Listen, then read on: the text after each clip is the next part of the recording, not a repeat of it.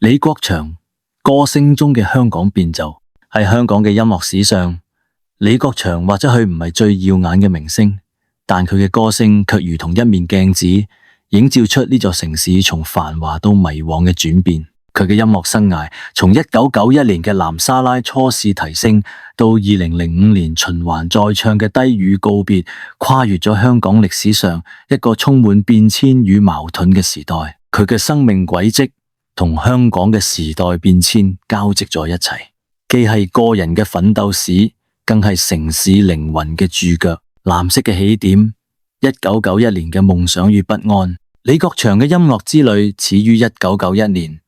嗰一年，佢發行咗首張專輯《藍》，其中主打歌《南沙拉》成為年度金曲，連續2周蟬聯香港排行榜榜首，讓佢成為首位達成此成就嘅新人歌手。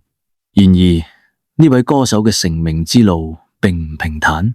佢出生於油麻地嘅一個普通家庭，父親係碼頭工人，母親喺街市賣魚。佢嘅童年充滿咗街頭嘅喧囂同生活嘅艱辛。李國祥喺接受訪問時曾經提到：我從小就知道生活唔容易，但係唱歌讓我揾到咗一種自由嘅感覺。佢對音樂嘅熱愛始於中學時期，當時佢喺學校嘅歌唱比賽中獲得冠軍，咁讓佢決定追求音樂夢想。1980年代末，佢加入咗一家小型音樂製作公司，從錄音室助理做起，幫忙調試設備、搬運器材，偶爾亦都為其他歌手錄製同聲。呢段默默無聞嘅日子，令佢更加珍惜舞台上嘅每一分鐘。1991年嘅香港表面上欣欣向榮，但內心卻隱隱不安。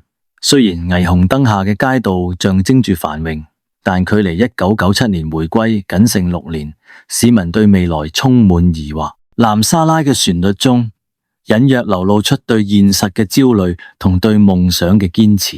據說佢喺錄製呢一首歌嘅時候，曾經多次停落嚟，對製作人話：呢一首歌要唱出希望，卻不能忘記孤獨感。呢份執着，讓佢嘅聲音喺眾多新人中脫穎而出，摘星嘅輝煌。1992到1993年嘅黃金歲月。1992年，李國祥嘅第2張專輯《摘星之夜》問世，正式奠定咗佢喺樂壇嘅地位。佢嘅聲音既深情又有力，帶住一種屬於香港嘅韻味。《摘星之夜》嘅主打歌成為紅磡體育館演唱會嘅必唱曲目。佢亦開始喺香港電視節目中頻繁亮相，成為家喻戶曉嘅名。呢2年被視為香港音樂嘅黃金時代，粵語流行曲風靡亞洲。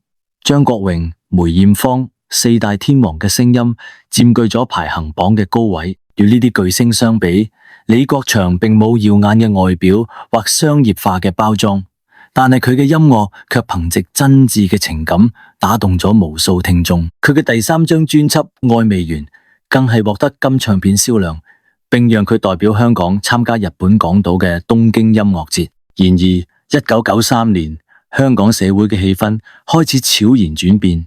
嗰一年，佢推出專輯《餘情未了》，專輯中嘅情感仿佛暗示咗某種告別。據講，當佢喺錄音室錄製《餘情未了》嘅時候，提議加入一段鋼琴獨奏，就好似係我哋嘅故事未完成，但亦都無法挽回。呢一年，佢嘅父親因病去世，呢個對佢產生咗巨大嘅影響。有媒體記者採訪佢嘅時問：你覺得香港嘅未來會點樣？佢沉默片刻，回答：我唔知，但我哋嘅音樂唔能夠停止。